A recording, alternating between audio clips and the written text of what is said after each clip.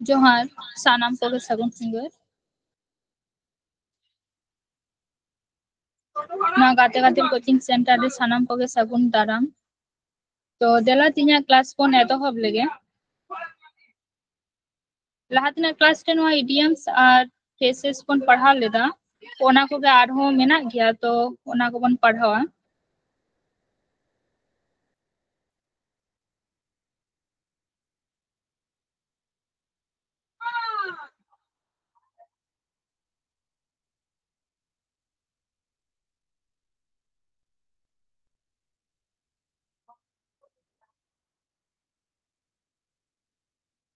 ᱛᱟᱵᱚᱱ ᱯᱮ ᱯᱳᱭᱞᱳ ᱨᱮ ᱢᱮᱱᱟ an old head on young shoulders ᱱᱚᱣᱟ ᱫᱚ ᱢᱤᱫᱴᱟᱝ idioms ᱠᱟᱱᱟ ᱡᱟᱦᱟᱸ ᱨᱮᱱᱟᱜ ᱢᱟᱱᱮ ᱫᱚ ᱦᱩᱭᱩᱜ ᱠᱟᱱᱟ ᱡᱮ young shoulders ᱢᱟᱱᱮ ᱦᱩᱰᱤᱧ ᱦᱚᱲᱟᱜ ᱫᱟᱹᱵᱤ ᱨᱮ ᱵᱟᱝᱢᱟ ᱵᱚᱲ ᱵᱚᱦᱚᱜ ᱡᱟᱦᱟᱸᱱᱟᱜ ᱢᱟᱱᱮ ᱫᱚ ᱵᱚᱱ ᱵᱩᱡᱟ ᱡᱮ a child or young person who thinks and talks like an older and experienced person jaha mane do metan huding gidra se huding hor judi latu hor lekai roda latu hor lekai kathaya se latu hor leka jahana obhiggota akadai ona ge kana an old head on young shoulders bangma huding dabire marang boho next nyal pe break precisians head মানে to use bad grammar জাহানা মানে তো যে যাহা যদি grammar বড়ি ভাবে লয়া ওনাগে break প্রিকিশিয়ান set তারপরে ñalpe bury or hide one's head in the sand sand মানে বালি কান তাবনা তাহলে বালি মধ্যে যদি যাহায় বহ তপানা কথা লইয়া যাহা নোয়ানা মানে দে সে বন বুঝা to ignore something and not to face reality যে মি হর সারি চেত কান তায়া ওনা যদি বাং সদর কাতে উকুয়াই ইগনোরাই ওনাগে bury or hide one's head in the sand মানে যাহা যদি বাং সদর সানাইয়া উকু কাতে তাহেনা ওনাগে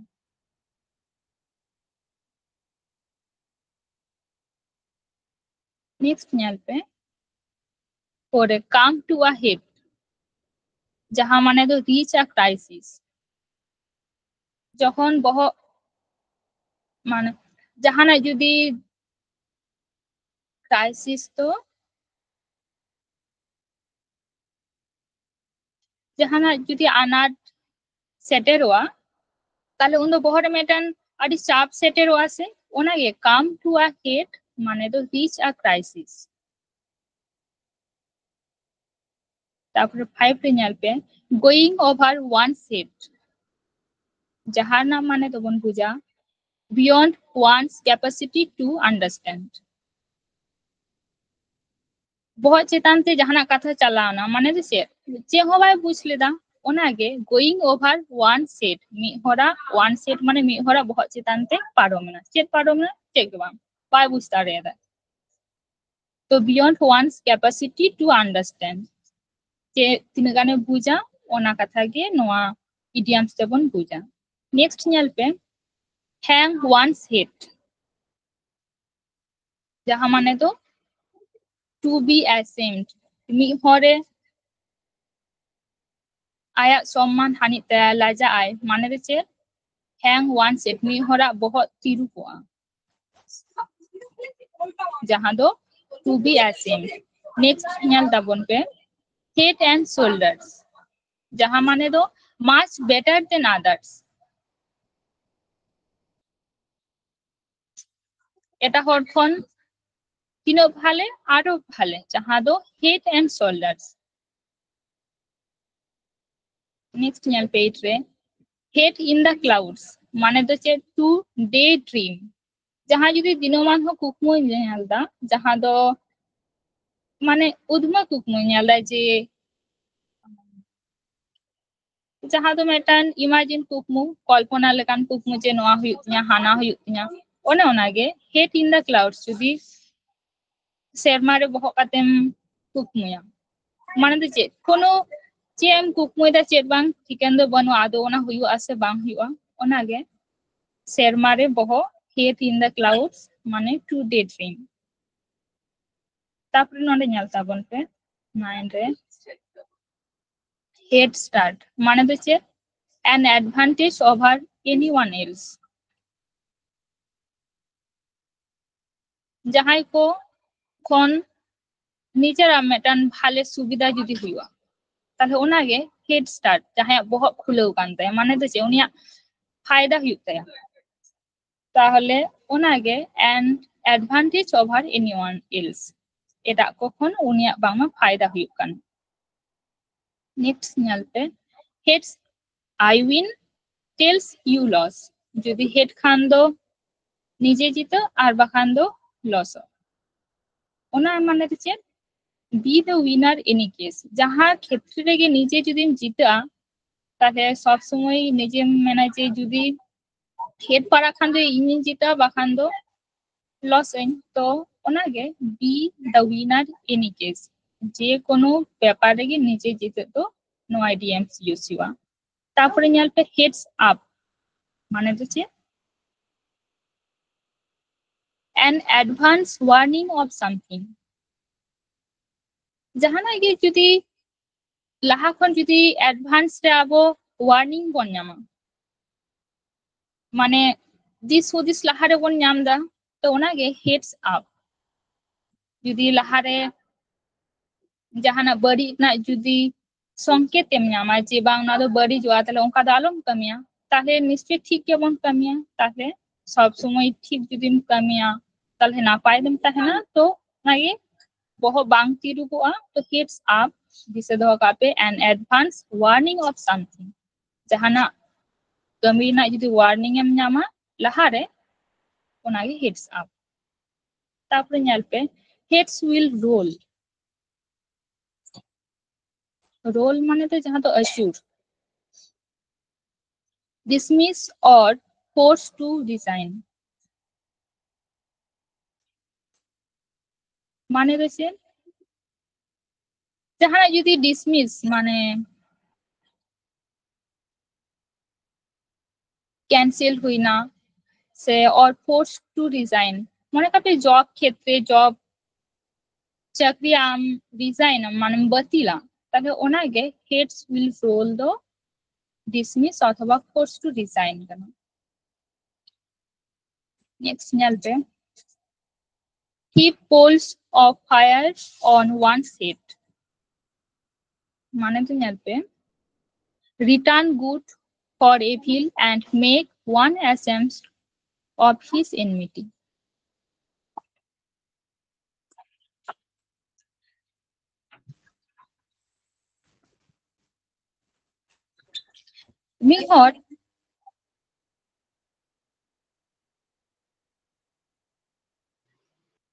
mihor aya bari jaha lekai kamiya menkhan uni onka leka bang uni saate ব্যবহার kate napai leka jodi ব্যবহার kate uni hala kataya bari hor songe to je bari je ব্যবহার huyu onka do bang তো নাপাই লেখা ব্যবহার কাতে যদি উনি আয়া যাহা যদি আম সঙ্গে বড়ি লিদা ওনা যদি M রুয়াড়ায়া ওনাগে heap coals of fire on one's head তারপরে ñal tabon pe keep one's head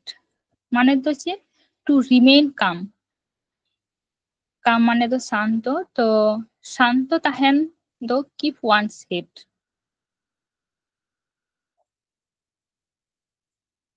তারপরে ñal tabon pe keep a level head মানে be sensible মানে তো তিখর তাহেন তো সব সময় যত দিক দিয়ে যাহা তিখরে তাহেনা মানে তো যে keep a level head উনিয়া ভর দে সব সময় মেটান অ্যাক্টিভনেস তাহেনা আইঠেন ওনাগে keep a level মানে be sensible নেক্সট 16 তে ñalpe loss one's head মানে যে to lose self control say panic যাহা যদি দমে রাগি কেনা তাহলে রাগি লেন খায় কন্ট্রোলে আতা যাহা যদি নিজেরা control by samra ragi by samra dare by control dare tahle uni do onage to once loss one set mi hor jodi aya ragi by control dare mane ona do oka idioms bon use loss one set tapore nyal pe neither head nor tail mane nothing chet ge bang oka suru oka ses jodi oka ho bam buj dare mane te chet ge bang boho bang muchet mane do nothing tapore node nyal tabon pe of the top of one set mane to chet to guess or estimate without full information jahai sombondhe jodi bina barai kate am judim guess a je nui oka leka hui dare oka leka kami dare ai tahle ona ge of the tops of one set unia bare te jodi am estimate am na do of the tops of one set nyal pe next overhead and tiers মানে completely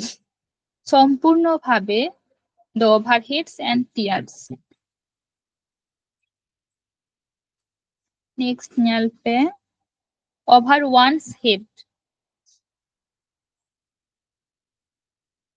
in a situation where one is overwhelmed with tasks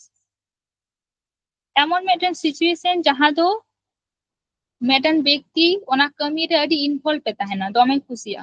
মানে over one set me হর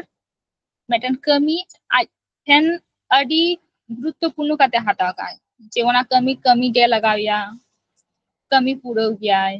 ওনা গে over one set তো in a situation where one is overwhelmed with tasks তারপরে নিতে put heads together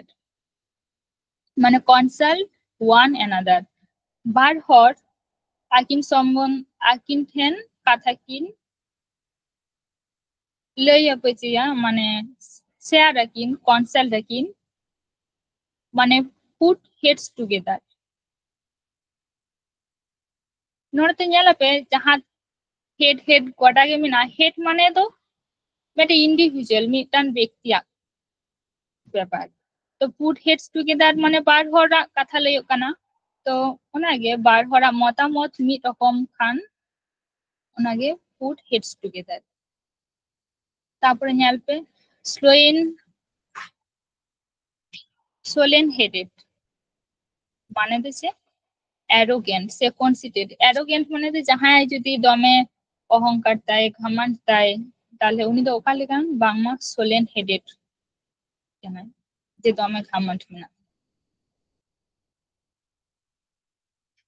তারপরে নড়ে nyal tabon pe to go to somebody's head মানে to be unduly influenced by unduly মানে বাড়ি ভাবে যদি যাহাই যদি মিসলিড হইয়া মিসলিড মানে সঠিক রাস্তা বাং উদুকাতে বাড়ি রাস্তা যদি যাহাই উদুয়া ওনাগে to go to somebody's head মি হর এটা হরা কথা লেখাতে যদি কমিয়াও কালে কেন বাংমা বাড়ি কথা লেখা তারপরে nyal pe 24 এ আমাদের কি দিবা to keep one set above water মানে যে to keep out of debt মিহর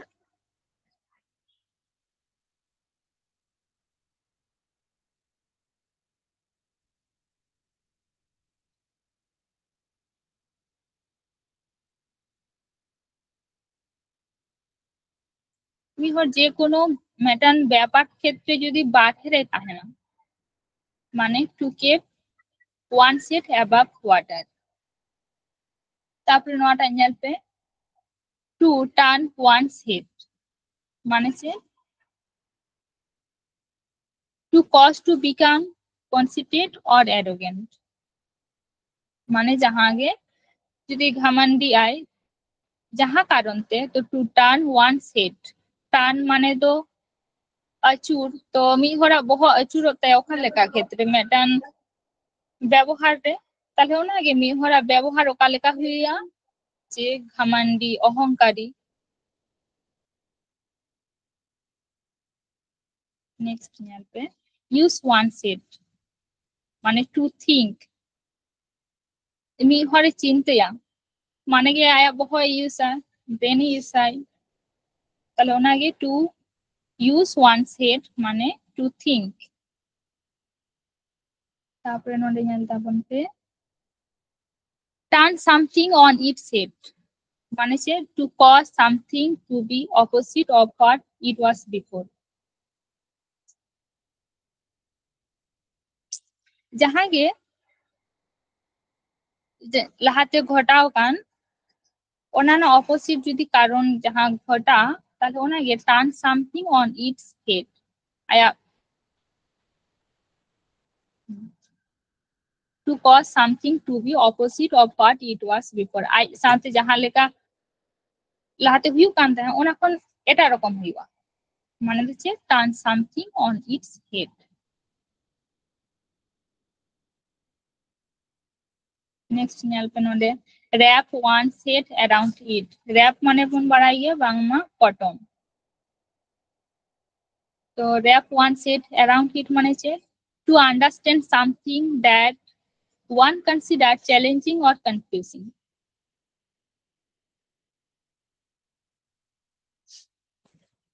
mi hor judi jahana bai bujh dare kana confused re menaya mane do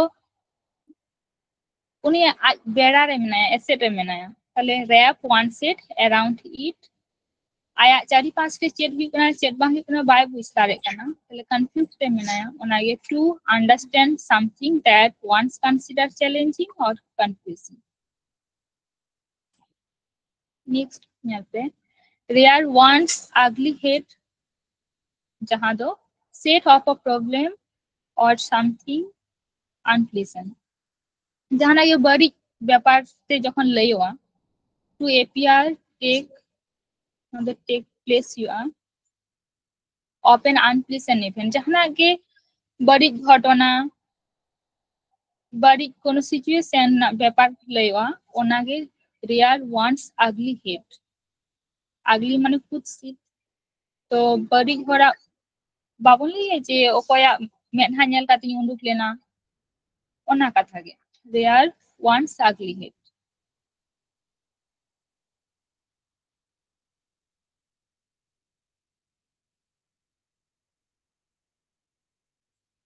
next नोआ को दो मैच कराता बन पे जहां को बन पढ़ा ना ओना को गे कना नेल पे hang one set माने तो का कना a b c बाचाता बन पे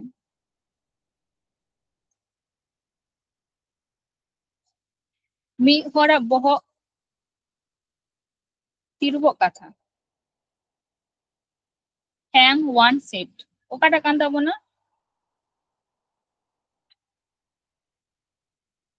a b c d or to be ashamed c তাহলে নোয়া দো c না হিও नेक्स्ट নোয়াটা নেল पे heads up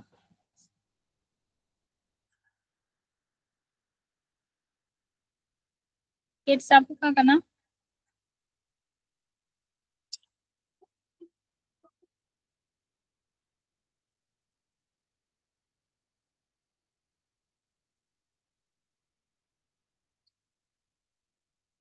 to remain calm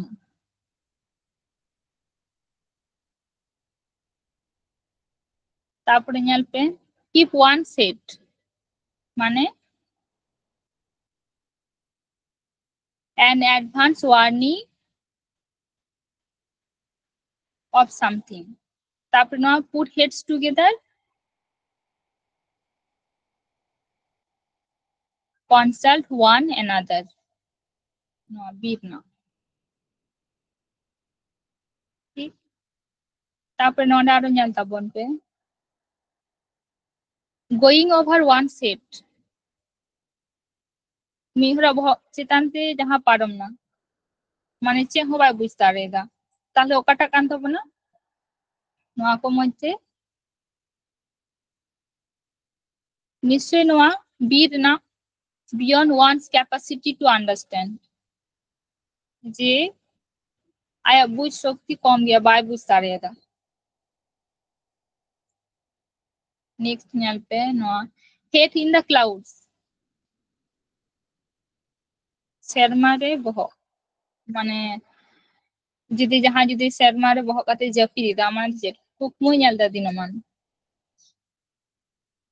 तले ओका खाना to daydream see heads will roll ना दो का खान ताबना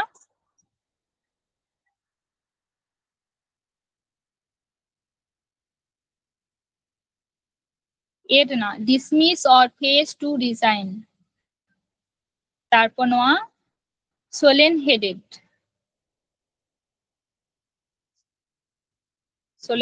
दो नोआ आगे arrogant जहां दो घमंडी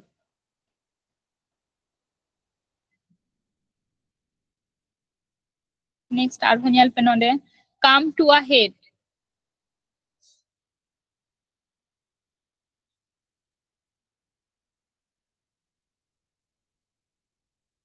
ले ताबन पे का करना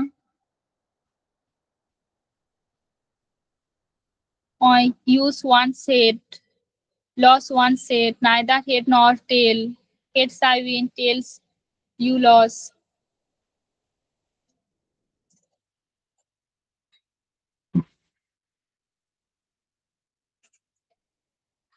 ना को पढ़ा ताबना पे होई ᱧᱮᱞ पे जो neither head nor tail माने तो चेत nothing ताके ना तो बी चलान ताबना next heads I win tails you lose माने नो डी be the winner in any case যে কোনো ব্যাপার রেখে নিচে যেতে তারপরে নোটা লে তখন पे use one said lost one said lost one said तो चेत मिहर आया सेल्फ कंट्रोल बाय दो हदारे माने ए मतलब ए हुआ next use one said to think ठीक to think see আর তাহলে come to a head reach a crisis बांगमा बहरे जुदी जहां चाप सेटेरे ना माने आनाट অন্টন যদি সেটের ওয়া তাহলে তো মিহর চিন্তা আইছে তাহলে ওন আগে কাম টু আ হেড মানে reach a crisis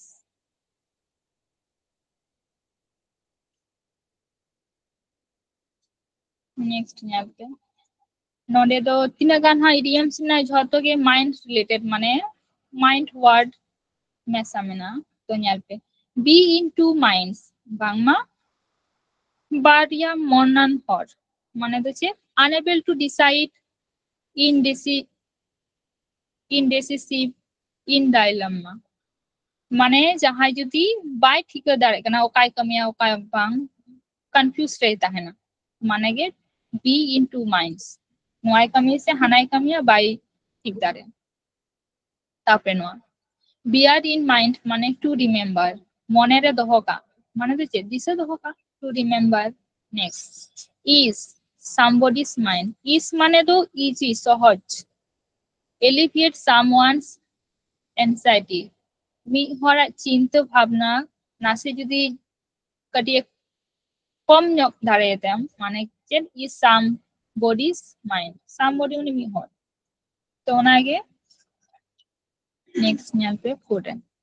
give a peace of mind माने चे to rebuke or scold माने rebuke माने एगेर तो मिहर जुदी एगेर या ताहले उनी साराक्षण ओना एगेर कथा दिसे धोका जे बामा चे एगेर ने चे बा मने रे कथा ताहना से ओनाके give a piece of mind जे मने रे जुदी कथा ताहना ताहले ओनाके टू रिबुक और स्कॉल्ड नेक्स्ट ᱧᱮᱞᱯᱮ माइंड वन्स लैंग्वेज अब आजम काट गया যে মাইন্ড ইউর ওন ল্যাঙ্গুয়েজ, যে ওয়ান্স ল্যাঙ্গুয়েজ মানে আমার ব্যবহার ঠিক এম দহয়া। তো মানে চেদ tell someone to speak politely, মিদ হড় যদি আরে রুডলি ব্যবহারা বাড়িজ ভাবে, তাহলে উনি মেটায় যে আমার ব্যবহার ঠিক তাম, তো ওনাকে নাপাইতে রড মে যে speak politely.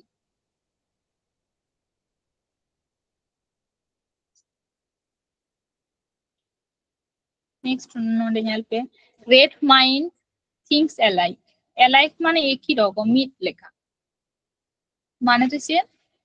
said when two people have the same opinion or make the same choice, but or যদি মিট লেখা কিন চিনতে আসে, মিট লেখা কিন বাছা, মিট লেখা কিন কামিয়া, ওনাকে great mind things alike. put in mind ওনা হো মনেরে দহকা মানে দিশে দহকা, to remember. speak one's mind মানে সে speak what one really thinks, মিহরা মনের চেত মিনা চেত চালাক কানা ওনা যদি আর মিহরে লইয়া মানে তো চেত ওনাকে speak what one's really think, মিহর চে চিন্তে তে ওনা যদি লই যা ওনাকে speak one's mind। তারপরে ñelpe to mind one's peace and cues মানে যে টেকিং কেয়ার অফ এটিকুইটস। এটিকুইটস মানে ভদ্রতা, তো মিহরা ভদ্রতা ওনা সাম সামরা মানে যে ওকা লেখা উনি কুসিয়া বাই কুসিয়া ওকা ভালে বাড়ি কান্তায়া, তাহলে to mind one's p's and cues.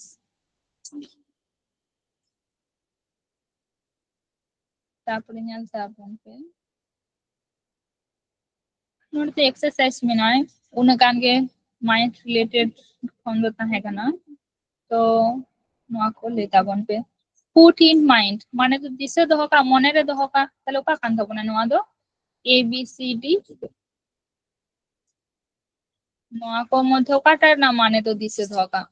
To remember, remember तो दिसे दहका कथा मने राखा, तो सी। Next give a piece of mind एगेर कथा बांगमा, তাহলে টু স্কল্ড বি। Next be in two minds বার মনেয়ান হর जहां दो कंफ्यूज रहता है ना, इन डायलम्मा बी। नेक्स्ट स्पीक वन्स माइंड मिहरा मने रे चेत चला कना ओना जदी आम लेया माने कि speak what one really thinks माने ए।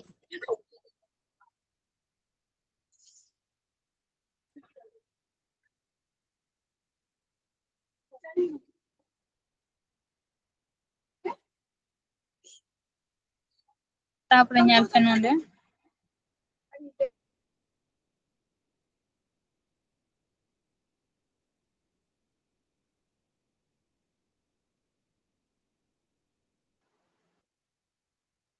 ñel tabon पे a sight of sore eyes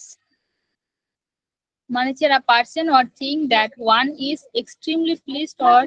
relieved to see। pleased মানে আনন্দ রস্ক, तो जहां आगे जहां जदी रस्क रे ताहेना ताले मेन ñel काते के बन उरुमिया से, तो ओना गे मे रे जदी जहां रस्क ñelok खाना माने दो उनी व्यक्ति रस्क रे मेना उनी मनमी और रस्क रे मेना पर्सन और thing that one is extremely pleased और रिलीव्ड टू सी। साइट माने ñel ñam ñel। Next ñel पे ऑल आइज, ऑल आइज माने से इगारली वाचिंग, इगारली माने अडी मनोजोग, अडी मनोजोग सहकार ते जदी जहानाम ñela ओनागे ऑल आइज माने पूरा झतो मेनातेम ñelदा माने झतो में दो चेत बारे के तबन में से किंतु मन दी जदी ñela ओनागे ऑल आइज। तारपरे ñel पे ऑल आइज एंड इयर्स माने मेद लुतुर बानार जदी ताहेना माने के अटेंटिव आतेन हम आतेना और ñel हम ñela, तो चेत चला कना ñelam और आजम हम आजमा ओनागे ऑल आइज एंड इयर्स माने अटेंटिव माने ओंडे चेत हुयु कना ओना मन नोजोग सहकारेम आजमा। আর মেলা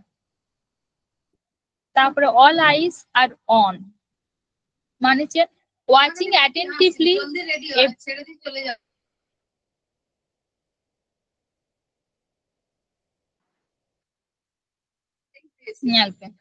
watching attentively say everyone paying attention to khatir em to monojog sahakare jodi nyela se jahana chetar khatir em ema ona ge all eyes are on mat ko khulo katem nyela mane dhyan atem nyela তারপরে nyel tabon pe apple of one's eye মানে যে very lovable se dearest jahay jodi adi priyo hor jahay khushi ya tale uni to adi khatir katem dohoy kaya tale ona ge apple of one's eye মানে apple মানে apple কান tabona to mi hor adi bhale napai met sob somoy madam doho kaya onage apples of one eyes মানে dearest তারপরে নলে 6 টা nyel pe an eye for an eye মানে tit for tat jaha do jahan lekai kamiya uni do onna jahan leka am sange ব্যবহারা onka leka ge ruwarai laga justice that is revengeful che leka na bangma jaha jodi bari lekai ব্যবহারা am saate to uni saate ho bari ge huyu onage an eye for an eye jemon metam nyelinya ᱤᱧ ᱦᱚᱸ ᱚᱱᱠᱟ ᱢᱮᱫ ᱛᱮᱜᱮ ᱧᱮᱞ ᱢᱮ তারপরে nyel pe argues eye মানে observant no do t tahe kana observant se vigilant মানে jahana ge jodi observe am jahay observe eda nyelai to onage argues eye তারপরে নোটা nyel pe black eye hende med to bangma a mark of sin jahay med ko jodi menha hende sahi akan taya mane lajahati unia menhare metan poriskar nyel nyamo bangma uni do lajaw kana to black eye mane a mark of sin mark mane chinno next nyel pe blue eyed boy mane a person who is favorite of others jahay ame jodi nil rong huya tale uni to nyelte obossoi besh cherha ge nyeloa to jodi jahay jodi nas cherha nyeloa sanam koge nasi doko nyele gya khatir ai gya ko to jahay ব্যক্তি এটা হর ঠেন প্রিয় কাতে তাহেনা মানে উনি তো check কানে Bangla blue I'd বয় কেন উনি আমি তো নীল কেতায়া catch someone's eye মানে attract someone's attention mi hor ame jodi amem ruku katem doho kataya মানে am se ge nyel am ge nyele mia ona ge attract someone's attention uni attention am se ge minat taya sem am se ge atka katem doho kataya to ona ge catch someone's eye তারপরে নলে nyel pe cry your eyes out মানে যে cry hard for a very long time jahana duk jahana jodi nije friend jodi dukem nyama tahe metan adi kosto kate metan dukem prokasha tom raga adi jodi lomba time dhore rag huyuga tahle ona ge cry your eyes out ra te jodi lekhan do met to undukog gya se to ra te jahan jodi aya অবস্থা বাড়ি কে তাহনা উন্দো মেতায় যে রাতে আমার মেট কো ঝতো উন্ডুক চাবাও কান মানে সে উনি আদি ক্ষণে রা কাদা তারপরে nyel pe eagle eye মানে of keen eyesight keen মানে আদি নিখুঁত eagle chere bon nyel kat ko gya bangma hane adi chetan re ko udu amen khan latare jahan जियली को ताहेना उनको को तुल काते को इदी को तो उनको मैं अडी परिष्कार तेना चट खन अडी परिष्कार को nyel nyama तो ओनागे eagle eyed माने of keen eyesight अडी निखुत भाबे nyel तारपरे nyel पे I was माने a deception माने तो DUT মানে jahan judi dhoka em tale I was jahan judi map ko uduk kate ko chalana mane do ched uni aj sath ched huina bai bujh dare to dhoka em kate ko chalana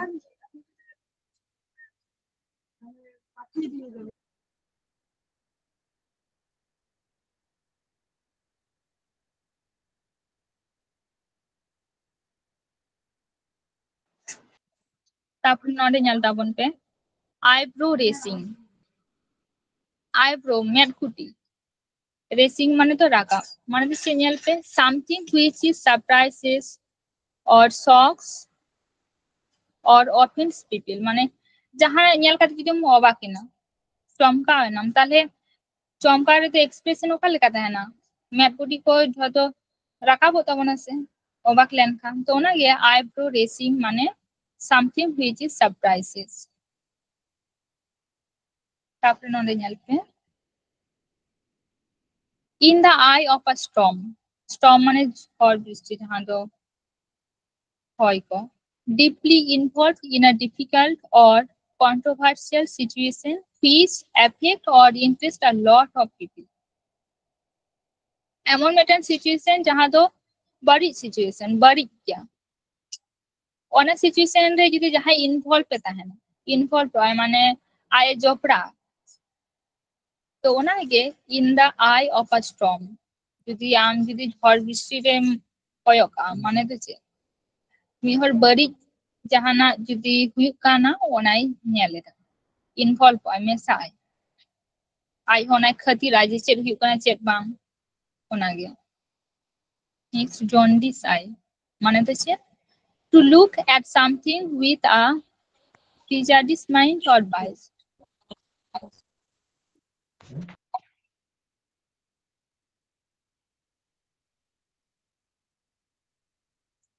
नोआ तो जहां जुदी बड़िज में ते जहाना जुदी नेला माने चुगली लेका माने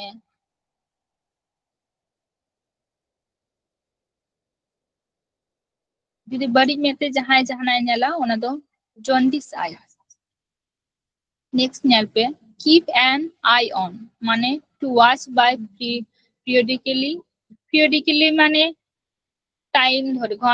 ঘন্টা চেট চালা কানা চেট বাং ওনা nail to keep it under surveillance মানে ওনাগে যে জাহানা যদি চালাক কানা ঘটনা ঘটাক কানা ওনা মনোযোগ সহকারে নেলা আদি খন যে চেট হুই কানা চেট বাং তো keep an eye on map খুলো কাতে নেলা মানে তো চেট হুই কানা চেট বাং ওনা নেল তারপরে নদে নেলতে keep an eye peeled se open মানে be observed and watch out for something জাহানা যদি যাহাই অবজার্ভ মানে পর্যবেক্ষণ কাতে যদি নেলা মানে keep an eye open সে পিল তারপরে see eye to eye with somebody যাহাই যদি ম্যাট কয় মানে হচ্ছে to have different opinion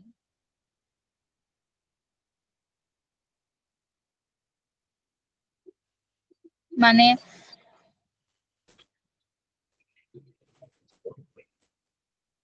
opinion মানে মতামত ঠিক আছে তো বার হয় যদি 12 রকম মতামত থাকে না মানে see eye to eye with somebody তারপরে নেলপে pull the wool over somebody's eye পুল মানে সুতম পুল মানে তো টানা or তাকে মিহরা মে চিতারে যদি মিহরে বেদেয়া মানে তো চেন টু মিসলিড চিট ডিউক or dilute মানে মিহর ধোকা এম চিট নো আগে মিহর যদি মেনে বেদ কে দেয়া মানে তো প্রতারণা যাহা তো বন মেনা ওনা see eye to eye যাহা তো showing agreement say to agree যাহা তো উনি চেলে দা ওনা আমেম ama ho mot kana amem mota me ama agreeam ona ge see eye to eye তারপরে নন্দে নিয়াল দাবন পে see something out of the corner of your eye মানে use peripheral vision মানে টেরা মেতে কয়ো see something out of the corner of your eye ama me pungtem nyala mane টেরা মেতেম nyala jahana ji tapore nyalpe the green eyed monster green eyed pe किसे होगा जहां तो यदि med ko sobuj kan taya katha to noa ge je bangma jelasok kanai hingsak kanai mi hora suk nyalte bai saha dare kanai hingsa ai to unia med oka leka bangma sobuj green eyed monster unike jahan do hora nyalte hingsa ai jelasok ai tapore nyalpe to be the apple of someone's eye no to inan hobon nyal keda je apple of someone's eye mane do to be loved and treasured by someone je bangma mi hor jahai aiden apon kusi yai bhale hor aiden sob somoy khatire dohai taya onage tapore nyalpe to throw dust in one's eye mi hora mere dhuri ad mane je to deceive se to mislead মানে অনেক ধোকায় আমছে cheat নোয়াগে তারপরে নোডে ñelpe টান আর blind I মানে হচ্ছে blind মানে দো তার আছে তো টান আর ব্লাইন্ড আই মানে two ignore a situation or fact or reality যাহা চেত ঘটা কানা ওনা যদি ইগনোরা মানে দো টান আর ব্লাইন্ড আই মানে বাম বেঙ্গে দাগ কানা যদি মানে তো আম কারা হলে গে থির কাতেম তাহেনা সে তো ওনাগে চেত ঘটা কানা বাম খাতির খান টান আর blind eye next up to the eyes মানে সে extremely busier on the busier you are if extremely busy or to have a lot to deal with up to the eyes মেদ মেদে সব সময় তাহে না কে তাহে না জাহানা ই যদি মেদ মেদ সব সময় তাহেন কা মানে সব মিহর আদি ব্যস্ত রে মেনায় জাহানা কমি kami pura lagaya তাহলে আদি ব্যস্ত রে তাহে না ওনাগে extremely busy or to have a lot to deal with may na aima kami mena taya to onage up to the eyes next wandering eyes মানে হচ্ছে a tendency to look at and desire women or men other than one's committed তো আর ও থাকে না romantic partner মিহর আর মিহর যাহাই আয়ে খুশি হইয়া উনি চেতান রে সব সময় মেটান নজর তাহেন তায়া যে নিয়াল রেনা তাহলে ওনাগে ওয়ান্ডারিং আইস ওয়ান্ডার মানে তো কোন বাড়াই গিয়া যাহা তো ফাইন্ড পাঞ্জা তো আয়া মে চে পাঞ্জা যাহাই নিয়াল সানাই ওনাগে পাঞ্জায়া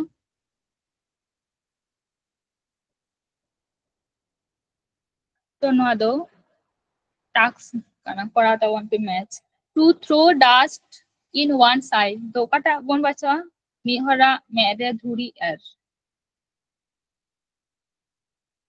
মানে উনি তো ধোকা মা দিয়া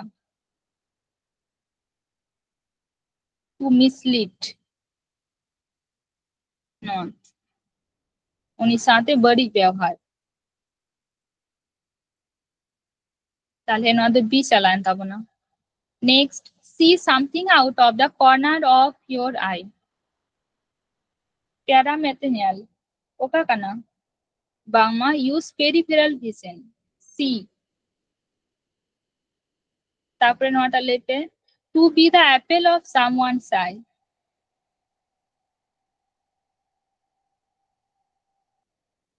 মিহর আয়া মেনে দহ খায়া ওকা বাংমা এর না to be loved যাহা যদি লাভ ফেমেনায়া তাহলে নোয়া see eye to eye মানে তো টু এগ্রিগে নোয়া ডিড না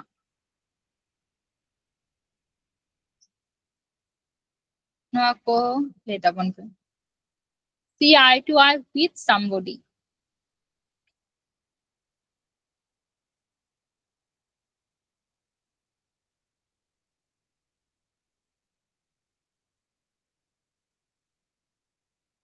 माने see ना ñal ताबन पे to have different opinion ऐसे মানে see ना हुआ the green eyed monster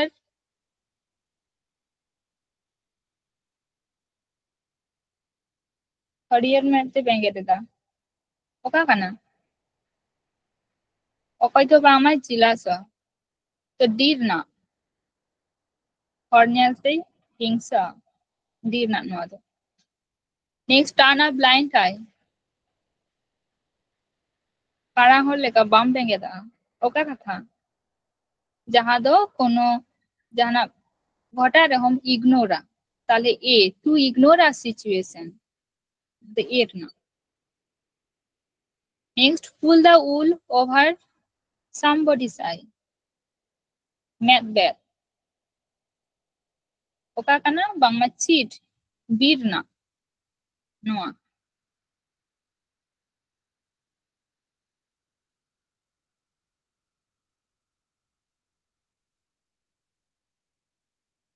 আচ্ছা মানে কো বুঝ নাম দাবে তো অল থাকবো না পে দিছে দহ কাল নেক্সট নন্ডে ñal pe নেক্সট তো ইয়ার রিলেটেড কোন পড়া অল ইয়ার্স মানে ina do bon padha kre all eyes jaha judi jhoto me diye ñal da মানে do adi মনোযোগ সহকারে ñal da তো নন্ডে all ears মানে deeply attentive আদি আদি তিকর ভাবতে যদি জাহানা জিনিস রে ইনভলভ पे তাহেনা মেসায় তাহেনা মানে আদি অ্যাটেনশন আতে জাহানা ñal da মানে all ears পুরো লুতুর খাড়া কাতে আজমেদা মানে অন্তে के ध्यान ताय चेद हुई कना चेद बांग ओना गे आजमदा तो deeply attentive next ñal पे children should be seen and not heard মানে যে children should not speak in the presence of adults মানে বড় হর কো তালারে বাংমা হোর্ডিং কো তো বা করর তো না গে children should be seen and not heard gidra ko do ko ñella শুধু মেনখান আজম তো চেহ বা কো আজম লেখান তো রড লাগা আছে তো না গে যে gidra ko বড় হর তালারে বা কো রড কথা তো gidra হর কো তো শুধু কো ñela আজম তো বা কো next four corners of the earth বাংমা 30 না পুনিয়া কোন মানে হচ্ছে in all parts of the world মানে 30 না সানাম জায়গা ওনাগে four corners of the earth next give ear to মানে listen to লুতুর এম মানে হচ্ছে আতে নাম জাহানা ওনাগে give ear to মানে listen to next lend ear লুতুর এম ধার কাদা মানে হচ্ছে ওকার চুন লুতুর তাম মানে আজমে ওনাগে to listen attentively Siam ajomeda ontere lututam lent ear তারপরে নডে ñalpe give someone an earful মানে যে to angrily express an opinion to someone মিহর যদি রাগি রাগি জাহানা এম আমা মতামত এম লইয়া ওনাদে যে give someone an earful মানে লুতুর পুরো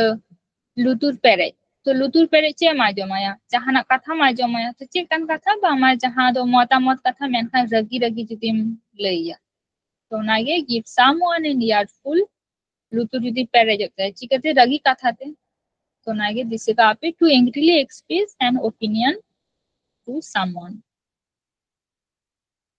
next music to one's ears মানে তো चे happy to hear জাহানা আজম কাতে যদি রসকম তাহেনা মানে দো মিউজিক টু ওয়ান্স ইয়ার মিহরা লুতুরে যদি সেরেঞ্জ বাজা কানা মানে সেরেঞ্জ যখন আজমা বেশ সাথী রসকেটাকে তাহেনা মস্তে সেরেঞ্জ আজমা রসক সা তো ওনাগে হ্যাপি টু হিয়ার তারপরে nyal tabon pe play it by ear মানে হচ্ছে to respond to circumstances instead of having a fixed plan jahan jodi fixed plan tahen reho jodi eta lekam kamiya onage play it by ear jahan lekam ajoma onka lekam kamiya মানে am chem চিন্তা লেদা অঙ্কা লেখা বাং কমি কাতে এটা হলে কাম কমি তো প্লে ইট বাই ইয়ার যাহা লেখা মাজমা অঙ্কা লেখা যদি কমিয়া মানে কে not to respond to circumstances instead of having a fixed plan next poison someone's eye poison মানে তো বিষ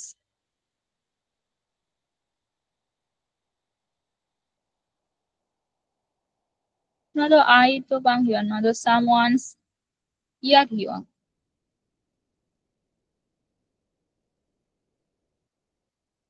তো poison someone's ear মানে to speak against one to another jahay luture jahay jodi chugli katha le মানে me হরা কথা আর me হর মানে me হরা এটা হরা কথা যদি অক্তা বাড়ায় মানে হচ্ছে to speak against one to another এটা হরা কথা বাড়াতে লই বাড়াগে poison someone's ear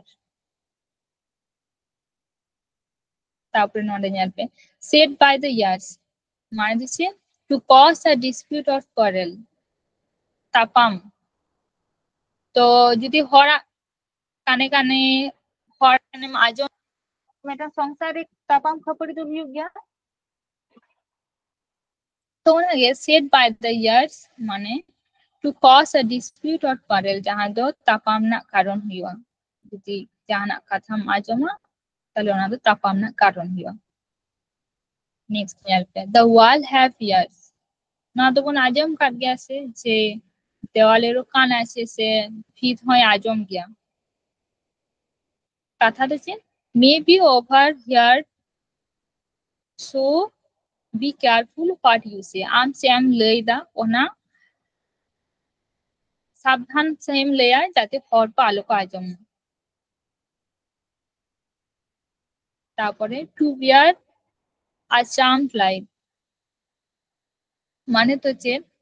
to be lucky as if protected or helped by magic একটা সুন্দর লাইফ যদি যাহাই যদি নামা মানে তো হচ্ছে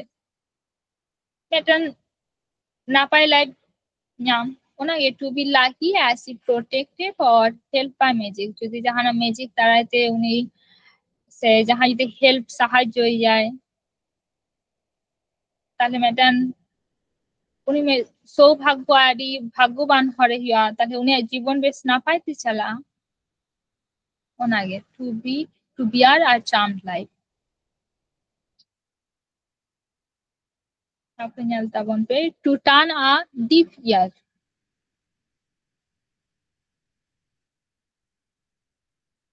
deaf মানে কালা যাহা দো to pay no heed and neglect ena do bon nyel keda je turn a blind eye bangma bam met tak khan bam benge tak khan jahanak situation bam nyala ignore dam nodo onka ge যে জাহানাম neglect এদা নোয়া হয় ignore কথা গে যে যখন জাহানাম ইগনোরা মানে বাম লুতু রাখা না কালা হর লেখা ফার্ম চালানো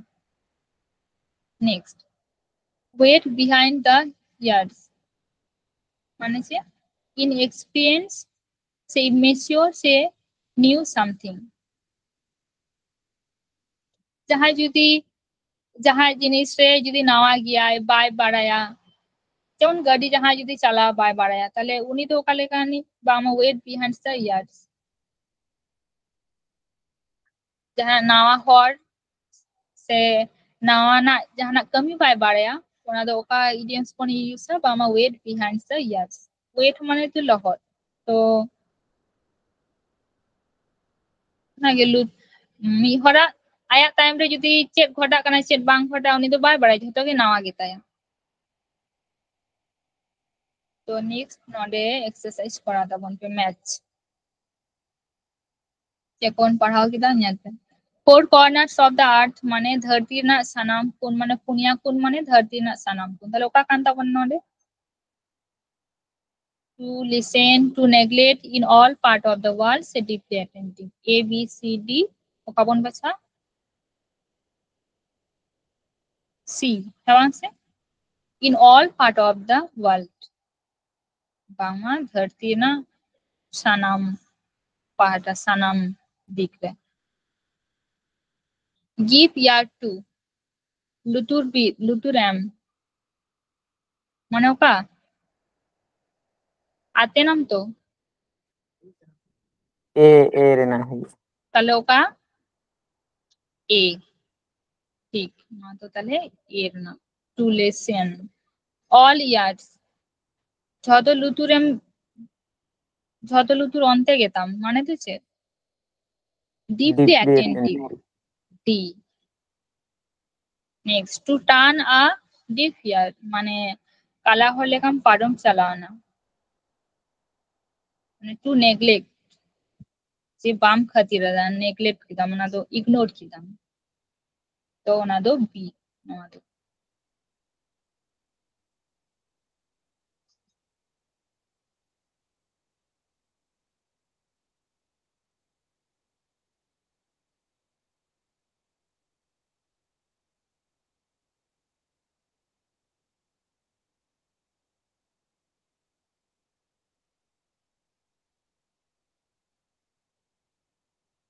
नोडे आरो किछु ना नेल ताबन पे ना लायंस माउथ तो रिबन पठा ना टा बात करते ना ले पे म्यूजिक टू वंस ईयर काबन पढ़ा किदा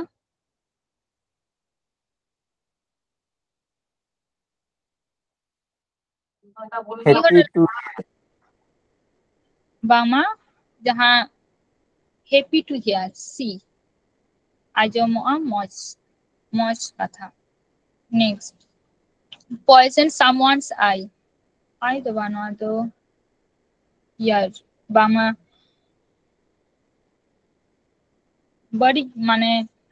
जहां जुदी आर मी हरा कथा निये आर मी हर ठेने लईदा माने 20 कथाय लईदा बड़ी कथाय लईदा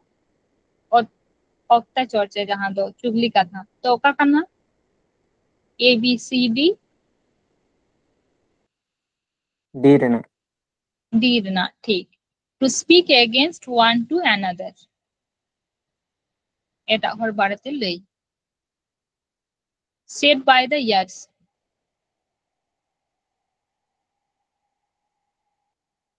जहां दो অনেক A যেমন রেনাক কথা এর না to cause a quarrel তাপাম না কারণ হইয়া তিনটা তাপাম না কারণ হইয়া যখন আইমা কথা হাঁডে নাড়ে খুনে মাজমা তো মেটান বড়ি যে নোয়া को लेदा हाना को लेदा नोका को लेदा मेटन नय जेमन संसारे से जहां के मेटन व्यापार যদি হর নিয়ে বার पे হর ठेन কাথা মাজমা বার पे হর বার নানা রকম को लेदा तो ওনাকে তাপাম মেটন हुआ नेक्स्ट माउथ নিয়ে বন পড়া तो idioms में ना all mouth and no trousers तो all yang nyam dapat sebang mina one who engage in empty boastful talk but does nothing মানে মি হর শুধু লইয়াই नो trousers মানে बिरबिर लया मेनखान मजार शिल्पिन दो बनुतया माने दे चेलेका जहां शुद्ध गे लया कमी रे चेल रे हो बनुया तो one who engage in empty माने चेर हो बाय तहेना शुद्ध रॉडा boastful talk but does nothing चे हो बाय कमिया ओनागे all mouth and no trousers next नेल पे bad taste in one's mouth taste माने सिविल मचारे शरम बनुआ माने दे टू फील बैड और डिसगस्टेड जहां जुदी बड़ी एम बुझ किदा तो ओनागे bad taste in one's mouth next be born with a silver spoon in one's mouth মানে যে to be born in a rich family जहां जुदी अडी किसर ओरारे जन्म माने ओना जे to born with a silver spoon रूपो चामच ते बांगमा उनिया मजार तो रूपो चामच ते जन्म कना माने पुडिंग खन के रूपो चामच ते जमा ताले मेटन किसर भरा व्यापार ओनागे to be born in a rich family. Next, by word of mouth মানে হচ্ছে via personal communication rather than written media. bang ol kate judi jahay katha tege jahana ge all redo baniya mane rod ke minata ya to na ge by word of mouth sudhu rod tege minaya R all to banota ya. Next, from hand to mouth মানে হচ্ছে providing only bare essential.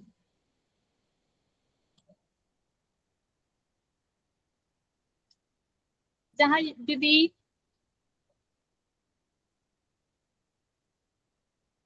যত রকমা যাহা দরকার ওনাকে যদি নামা মানে from hand to mouth আজম কার জ্ঞাপন তো যে যত টিস্যু রেম নামে খান ওরা সংসারে বনাজম গেছে তো hand to mouth মানে তীরেম নামেদা আরেম জমেদা তো ওনাকে from hand to mouth মানে providing only bare essential. bare মানে তো যত তো যা আগে দরকার যতকে নামে মানে তো bare hand to mouth. Next, Lions mouth তো লায়ন্স মাউথ লায়ন যখন বাড়াইয়া বাংমা সিংহ তো সিংহ মজা খন যাহাই যদি বাঞ্চা কাতে হিজুয়া মানে ওকা লেকান মেটান আদি ডেঞ্জারাস সিচুয়েশন ওনা গিয়া ডেঞ্জারাস সিচুয়েশন দো লায়ন্স মাউথ মানে. নেক্সট, মিলি মাউথ মানে unwilling to state something frankly, afraid to speak frankly. যাহা যদি রডতে বতর আয় frankly মানে বেশ না পাইছে হি রডতে বতর আয় ওনাগে মিলি মাউথ রডতে যদি হাত থারা কানা বতর আয় তো মিলি মাউথ. তারপর মাউথ ওয়াটারিং মচারে উলিদা যখন তিরে সেট রয় যাহানা যদি জম সানা বনাসে ওনাগে স্টিমুলেটিং ওয়ান্স এপিটাইট যাহা যদি জম সানায় কানা তো মচারে উলিদা হিজুয়া তো ওনাগে স্টিমুলেটিং ওয়ান্স এপিটাইট. তারপরে নেলপে put one's foot in one's mouth মানে হচ্ছে to hear something from someone who has personal knowledge from a reliable.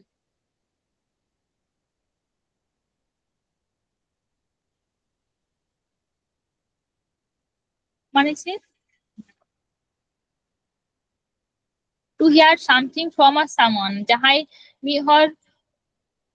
আয়া পার্সোনাল নলেজ মেনাতে ওনা যদি আর মিহরে আজমা ওনাগে put one's foot in one's mouth উনিয়া পার্সোনাল যাহা নলেজ দেয় ওনা যদি আর মিহরে আজমা তো put one's foot in one's mouth. Next নিয়ালপে নডে put one's foot ওনাগে নডে রিপিট মিনা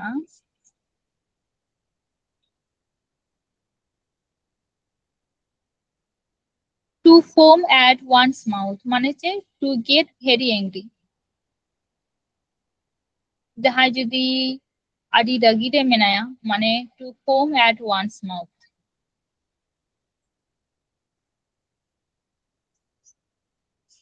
ফোম মানে পেপারে ফোম মানে ফেনা তো মিহরা মশারে যদি দমে রাগি সময় চলেগা মিহর এগেরাই দমে সে মশারে যদি থুতু হিজুতে তাহলে মেটান ওনাগে to foam at one's mouth মানে টু গেট ভেরি এংরি মিহর যদি রাগিতে তাহলে মানে to foam at one's mouth.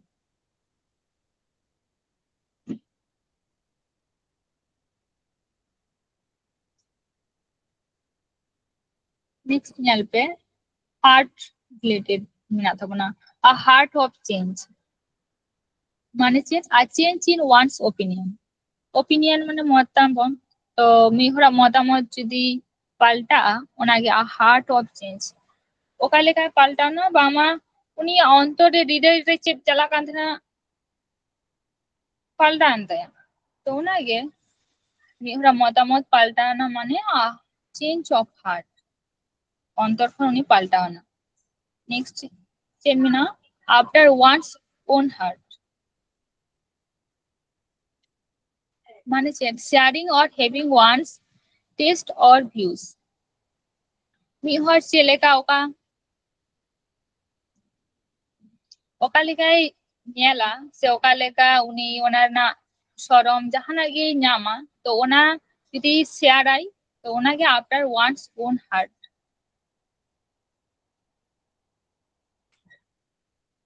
Next bear one's heart or soul মানে হচ্ছে to confess one's deepest secrets or feelings মিড হর আয়া ফিলিংস যদি আই শেয়ারাই ওনাকে bear one's heart or soul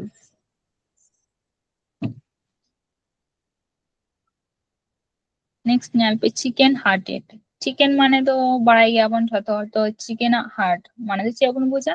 lacking কারছে cowardly lacking lag মানে তো ঘাটতি কম তো কারিশ মানে তো বন বাড়াই গিয়াছে সাহস তো জাহায়া যদি সাহস বানুক তায়া মানে ভিতু গিয়াই কাওয়ার্ডলি কানা উনি তো ওনাকে চিকেন হার্টেড জাহা হৃদয় যদি সিং লেখানা হৃদয় তাই মানে তো উনি তো ভিতু গিয়াই next eat one's heart out মানে তো চেদ ওরি সে be sad or be jealous ᱡᱟᱦᱟᱸᱭ ᱫᱚ ᱟᱹᱰᱤ ᱢᱤᱫᱴᱟᱝ ᱫᱩᱠᱠᱷᱚ ᱨᱮᱱᱟᱜ ᱵᱮᱯᱟᱨ ᱦᱩᱭᱩᱜᱼᱟ ᱚᱱᱟᱜᱮ it wants heart out next ᱧᱮᱞ ᱯᱮ faint hearted faint মানে ᱵᱚᱱ ᱵᱟᱲᱟᱭ ᱜᱮᱭᱟ ফ্যাকাশে সে তো ᱡᱟᱦᱟᱸᱭ হৃদয় যদি ফ্যাকাশে ᱠᱟᱱᱟ মানে তো ᱪᱮᱫ উনি বতর আকানাই টিমিড টিমিড মানে তো বতর অ্যাফ্রেড যাহা দো অ্যাফ্রেড মানে বতর বন বাড়াইছে তো ওনাকে টিমিড মানে তো ভীতু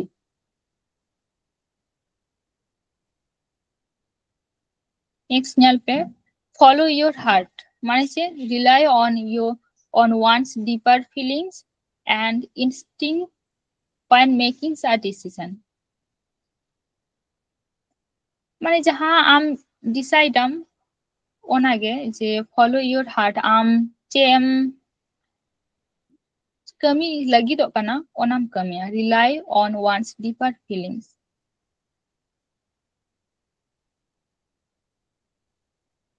তারপরে ᱧᱮᱞ পে from the bottom of one's heart মানে sincerely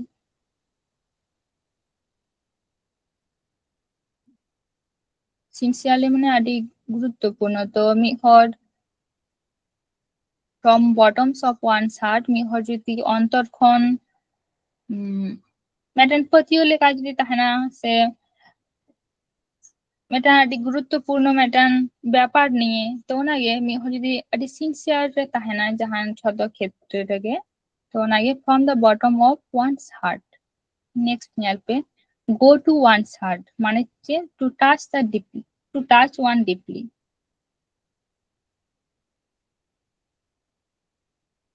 মানে মি হর আয়া অন্তর ভিত্তিত্রম চালানা মানে যে উনি আদি ডিপলি মেটান ফিলিংস দিক দিয়ে হোক মেটান ওকালেকা ডিপলি টাচ মেটান ফিলিংস দিক দিয়ে গেম টাচ ইয়া তো ইমোশনাল যেমন তো ওনাকে গো টু ওয়ানস হার্ট মানে টু টাচ ওয়ান ডিপলি তারপরে ᱧᱮᱞᱯᱮ হেল এন্ড হার্টি হেল মানে তো স্বাস্থ্য যাহা তো জাহাই যদি স্বাস্থ্য সে হৃদয় দিক দিয়ে নাপাই মেনায়া মানে হেলদি মেনায়া যত দিক দিয়ে গে ওনাকে হেল এন্ড হার্টি মানে তো হেলদি হার্ট টু হার্ট টক মানে যে ফ্র্যাঙ্ক টক সেকেন্ডারি টক তারপরে নডে ᱧᱮᱞᱯে ইন আ হার্ট বিট মানে যে immediately say in no time say in 2 seconds তো যাহা দো কোনো টাইম বাং তাই মানে ওনা মুহূর্ত গে একদম মানে ইন আ হার্ট বিট তারপরে ᱧᱮᱞᱯে লার্ন বাই হার্ট মানে যে টু মেমোরাইজ সামথিং জাহানাই যদি আম দিশে দহ কাম ওনাগে লার্ন বাই হার্ট তারপরে ᱧᱮᱞᱯে strike a chill to the heart মানে টু এরোস ফিয়ার এরোস মানে তো বতর রাকাব মানে বতরন এরাইস কোন এরোস তো ওনাগে যাহা যদি ᱵᱚᱛᱚᱨ ᱡᱟᱜᱟᱣᱮᱱ ᱛᱟᱭᱟ ᱛᱤᱱᱨᱮ ᱵᱚᱛᱚᱨᱚᱜᱼᱟᱭ ᱡᱟᱦᱟᱱᱟᱜ ᱜᱷᱚᱴᱚᱱᱟ ᱠᱚ ᱟᱭᱟᱜ ᱥᱟᱢᱟᱝ ᱨᱮ ᱡᱩᱫᱤ ᱵᱚᱛᱚᱨᱟᱱ ᱡᱩᱫᱤ ᱜᱷᱚᱴᱟᱜ ᱠᱷᱟᱱ ᱩᱱ ᱛᱚ ᱚᱱᱟᱜᱮ strike a chill to the heart.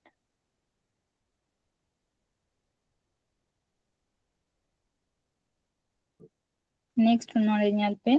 set one's heart on মানে সে to have as one's আচ্ছা নোয়া কালার তে যাহা মেনা ওনা pay ñel ñam da urumok kana all ko নোয়া ধারে মিনিং ko যেমন to have urumok kana হ্যাঁ ওরকম করে। আচ্ছা ঠিক আছে to have as one's ambition to obtain something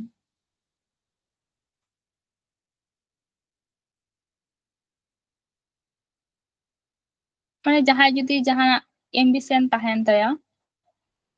লক্ষ্য তাহেন Taya ওনাগে set one's heart on তারপরে ñal pe take heart মানে সে to garner courage say to gain confidence garner মানে তো কালেক্ট সংগ্রহ করা তো ওনাকে যদি সাহসের সংগ্রহ হয় দা সে কনফিডেন্ট যাওয়ারাই দেয়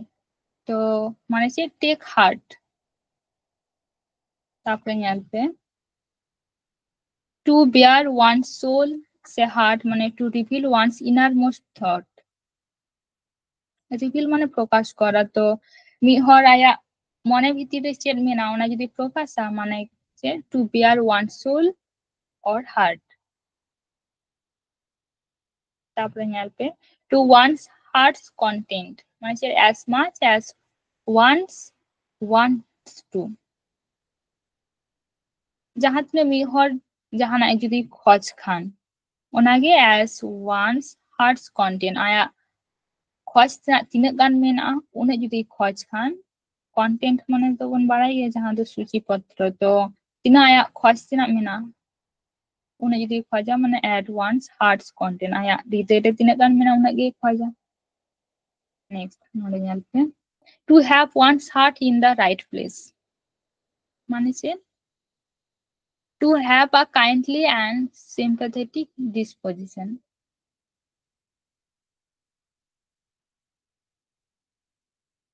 যাহা যদি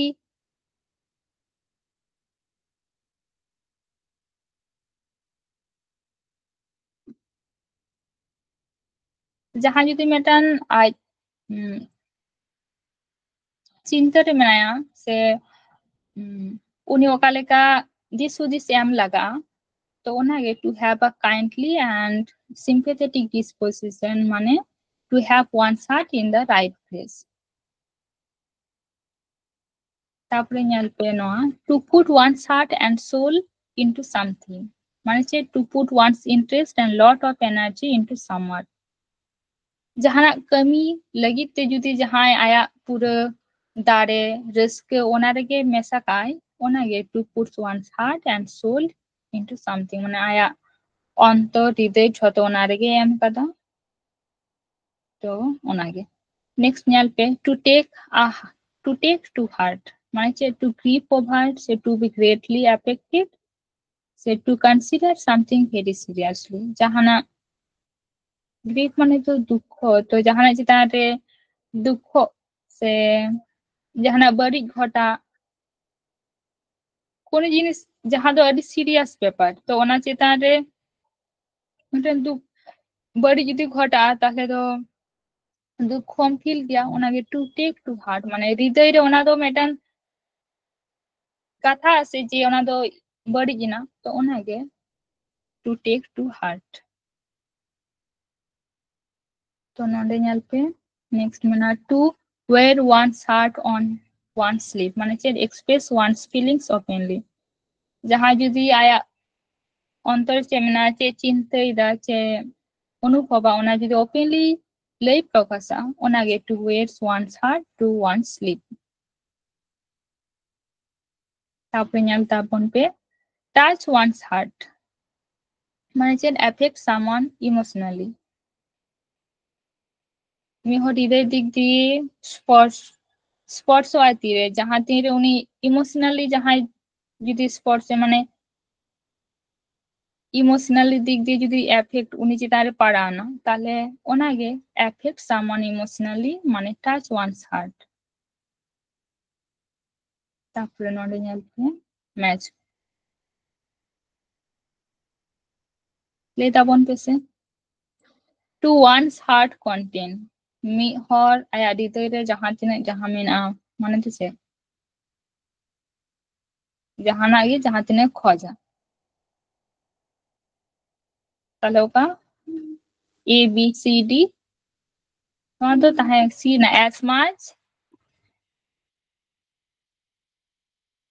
much as one's want to তাহলে ওকা ᱵᱚᱱ ᱵᱟᱪᱷᱟᱣᱟ ᱱᱚᱣᱟ ᱫᱚ C ᱨᱮᱱᱟᱜ ᱦᱮᱸ ᱵᱟᱝ ᱥᱮ next to take to heart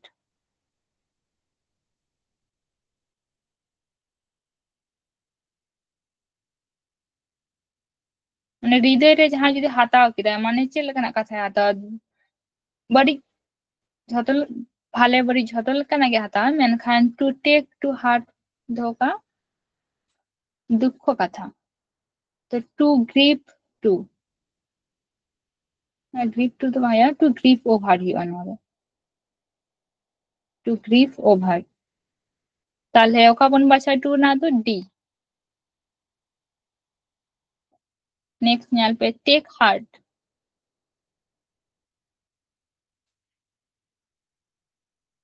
take heart মানে সাহস জোগাও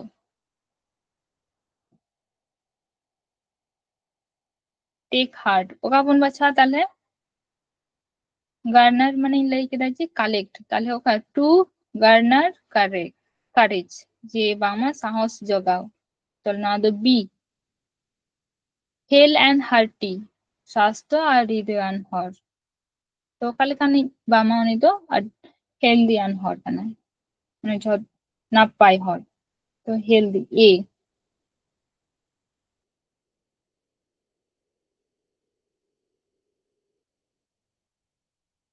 ठीक है तिहिया दो नीना धाबी के ताबन